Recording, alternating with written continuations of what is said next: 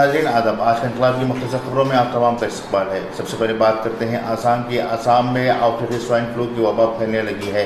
دراصل یہ swine flu خنزیروں میں پایا جاتا ہے۔ اب تک اس سوائن فلو کی وجہ سے 2500 سے زائد خنزیر ہلاک ہو چکے ہیں۔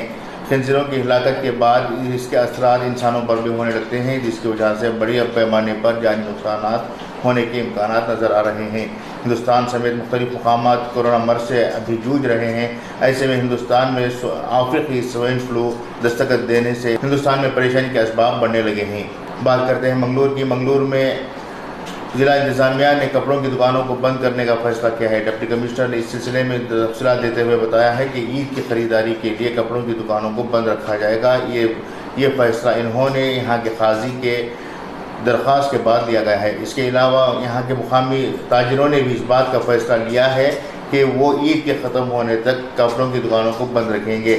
مسلم و غیر مسلم تاجروں کی جانب سے لیے گئے فیصلے سے یہاں کے تمام لوگ ان کی سراہنا کر رہے ہیں۔ بات کرتے ہیں کانگریس پارٹی کی۔ کانگریس پارٹی کی صدر سونیا گاندھی نے اس بات کا اعلان کیا ہے کہ ملک بھر میں چل رہی شرمک ریل گاڑیوں کی جو کرائے ہیں وہ کانگریس پارٹی سے ادا کیے جائیں گے۔ اس سلسلے میں سونیا گاندھی نے تمام ریاستی کمیٹیوں کو اس احکامات جاری کرتے ہوئے کہا ہے کہ شرمک ریل میں سفر کرنے والے مہاجر مزدوروں کے اخراجات کو برداشت کرنے کے لیے مقامی کمیٹیاں انتظامات کریں۔